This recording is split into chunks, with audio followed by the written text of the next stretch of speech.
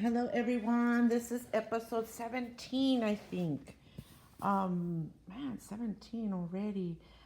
Thank you all for listening, and I'm so glad to be back doing the different educational podcast things that really have affected me, during my lifetime. That hopefully, that things that have happened to me, hopefully either you have experienced them or know somebody that have experienced them. That way they don't feel alone. We all are going to many different things, but at least you know you're not going through it alone. On this podcast, we're actually going to talk about something that is really dear to me because I have someone in my family. Actually, I have several family members, and then I have several friends that have not been diagnosed with this, but I can actually see that more than likely they have this deficit, and it's called ADD. You have probably heard it as ADHD, but we're going to talk about ADD in adults, which is attention deficit disorder in adults. And it could also be ADHD, which you add the hyperactivity disorder. And that actually, if you guys have heard it, that actually means, somebody that maybe has problems with either attention, focus, organization. Some people can show it as without being hyper and impulsive, and others can show it as having hyper and being very impulsive. I could see a little bit of ADD in me. I do see a little bit, not to the extreme, but I do see it there. So when we go through it, maybe you might say to yourself, "Oh my goodness, it seems like maybe I have a little bit of this," or even though you haven't been diagnosed, only a psychiatrist should be able to diagnose you with this. There is medication out there, but there's also many other techniques that can be used besides medication, which is pretty neat when having this. Okay, so let's dive right in. So, what are the core symptoms of adult ADD? The number one thing is having very poor focus. Poor focus meaning that they have difficult just staying on task, even with things that they love and care about. They just cannot stay focused on one thing. Those are the adults that you see that will start one project. They never finish that project, and then they go to another project, and then they go to another project, and then they go to another project, and it's never done. They never finish one project. They'll have like maybe five or six going on, and they never finish one. That's what focus actually looks like, in adults. Yes, there are some people that do this. It may not even be diagnosed with ADD, but when you have a combination or a combo of these, all that I'm going to share with you, it is the possibility that you could. But like I said, only a psychiatrist can advise you if you do have it. The next thing would be forgetfulness. Oh my goodness, misplacing items. Yes, at times we do misplace our keys, our purse, but this is constant misplacing items that you just forget where you left them. You miss deadlines all the time, either at school or at work. You zone out, during the mid conversation. Have you ever had those conversations where you're talking to people and then they just look like they totally zoned out and you're like, yoo-hoo, I'm over here, like, hello. And like I said, we all can probably get this, but it's constant, where it becomes a problem. The next thing is disorganization. There are so many people that I see, especially people that I know of that are just so disorganized. They look like they want to be organized, but they're disorganized. They don't find anything. They have trouble keeping, their spaces clean. They have trouble scheduling or keeping their schedules. They have trouble prioritizing things, either at work or their private life. They don't know how to prioritize what's important, what isn't important. And then the two that gets bad is like, let's say they do have something, a schedule or a priority they need to do, and then they can't stay on task to even do that priority or that schedule. So either they could forget about it, and then that's when it becomes a problem. Next thing is procrastination. Oh, waiting till the last minute, or you have them that they just cannot start a task. They just procrastinate. It is so. My son had ADHD since he was younger, and I remember that I could only give him one task at a time. It's so funny because with both my children, my daughter, I can give her up to 5 tasks to do. So I can tell her, you know what, go to the truck, take the groceries out, put them on the table, put them away. But you know what? Keep the water outside, but make sure you put the Tide in the refrigerator. Sorry, you put the Tide in the garage, and then do me a favor, take my clothes and put it into the garage.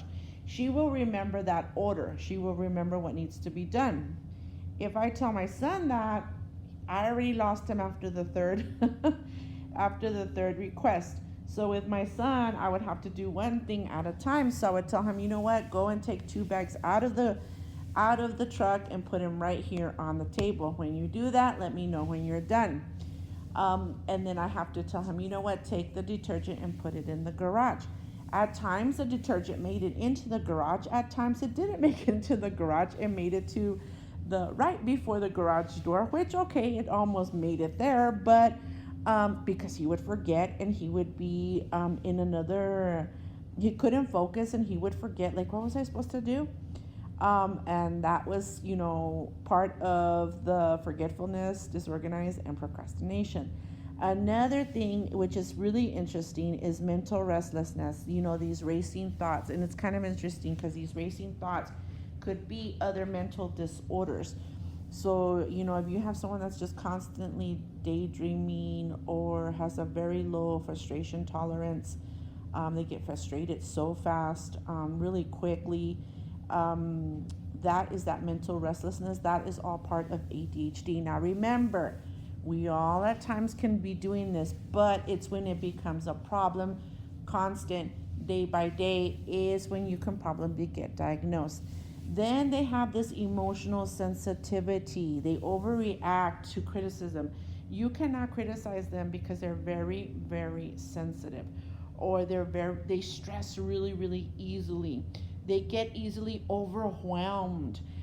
These are the ones that they jump to 10 when we haven't even started with number 1.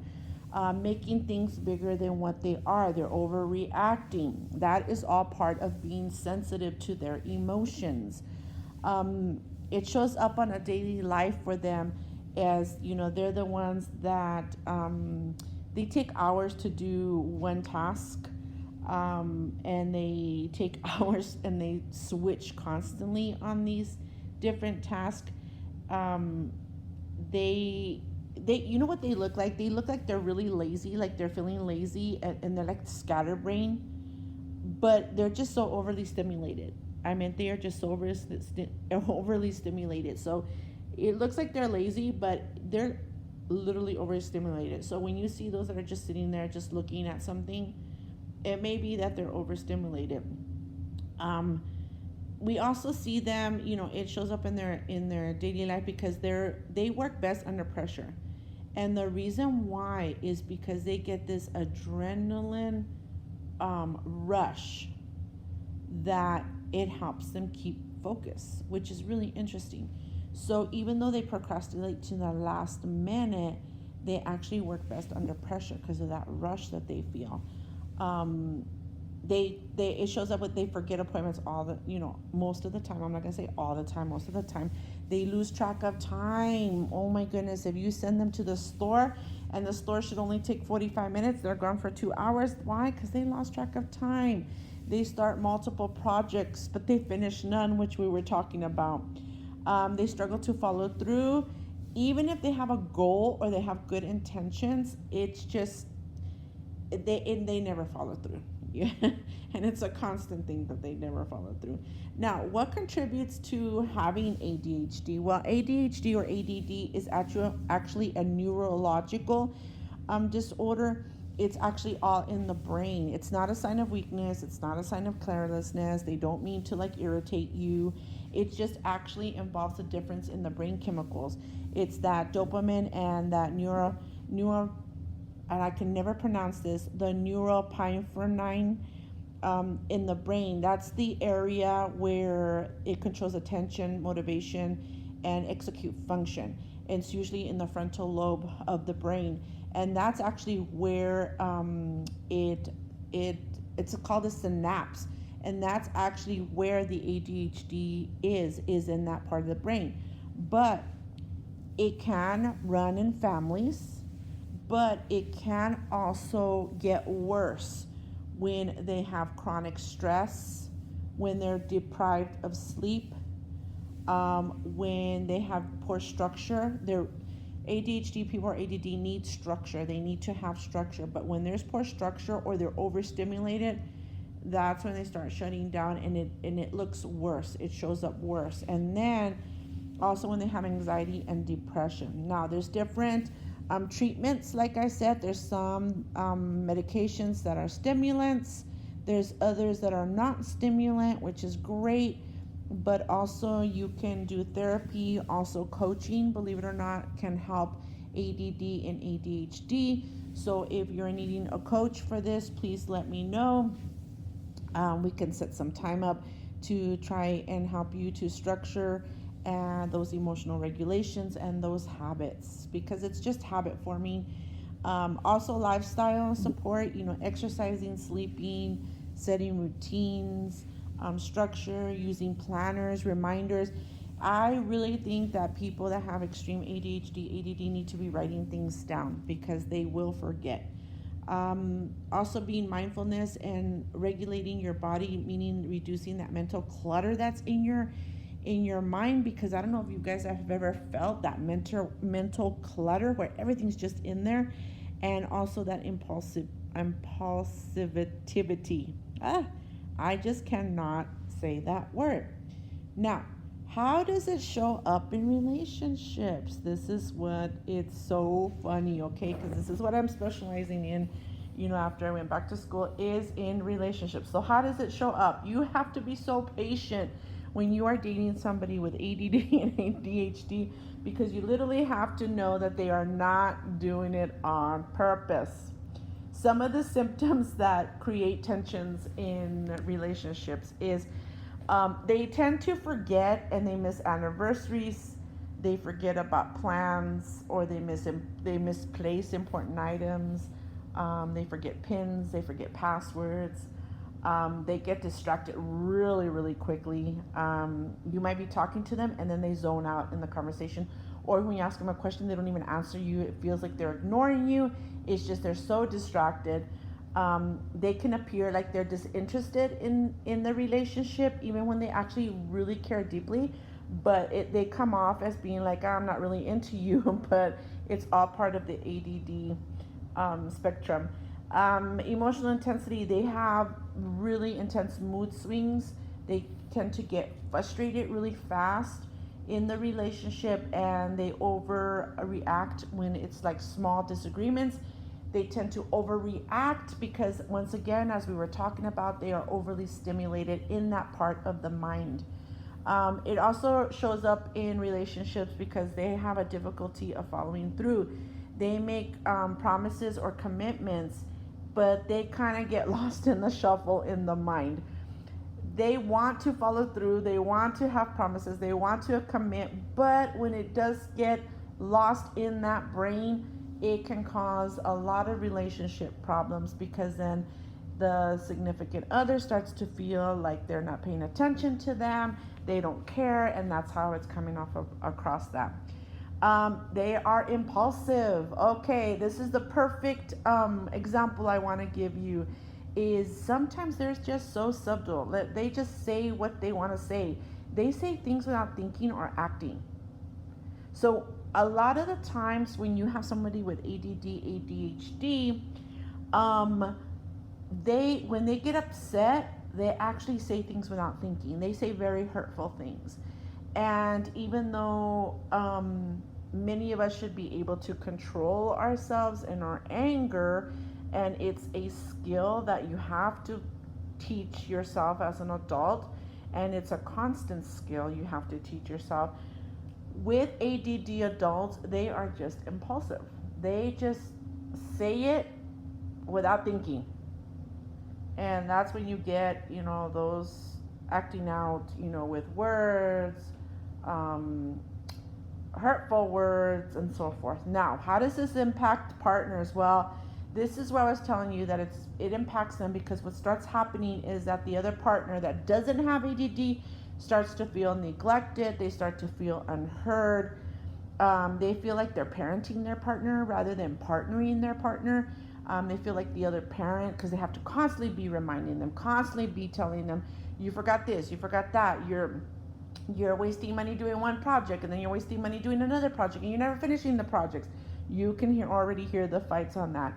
But understanding and strategies can be used, like I said, can be taught by a coach, like reminders, routines, and a lot of communication techniques can actually help bridge that gap, so that way the significant partner does not feel neglected or feel left out.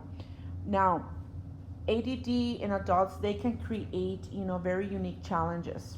But I will tell you something. A lot of these people that are ADHD, ADD, they are they are highly intelligent, and they're very capable individuals.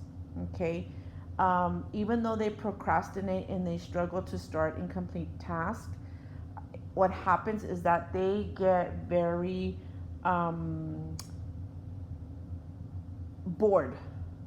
That's why they're constantly doing different projects at once, because they get bored. Then, of course, under the disorganization, they're the ones that unfortunately they lose files. They struggle too many projects at once. Poor management. They underestimate how long something's going to take. That's why a lot of ADD, ADHD people will not tell you how long it's going to take them to go to the store and come back, or how long it's going to take them to finish a project. And then sometimes they're also very hyper focused. Like they get so completely absorbed in the task of interest that sometimes they start neglecting other things and responsibilities. And I have seen that too, where they teach themselves. They're so into teaching themselves either a instrument, and they're so in tune to that, and they are completing that task, and then they forget about the other task. Therefore, they don't prioritize, because they're unsure of what to tackle first, because they want to tackle what they like first. Now, all of this, of course, can lead, to frustration, stress, underperformance at work. Even if these people are talented and they're motivated, they do need a support system. They do need to be told clear boundaries. They do need to be told clear deadlines. A lot of times you have to break down the boundaries, break down these tasks for them, because that's what helps them. They are not lazy, okay, and they don't lack care. It's just that unfortunately their brain struggles with attention regulation. They cannot regulate that attention. But understanding the strategies and the treatments that are out there, ADD people, ADHD people, they can actually thrive in both relationships and in work. So it's not something that is a negative thing. You can actually, if you know about it and you educate yourself about it, you will learn how to help them strive and be better in both relationships and in work. Thank you for hearing me on this. This is one of my topics I really like, especially in the relationship field. Hope to have mydeepwithin.com up and running again. Thank you so much for listening. Till next time, guys. Thank you. Bye.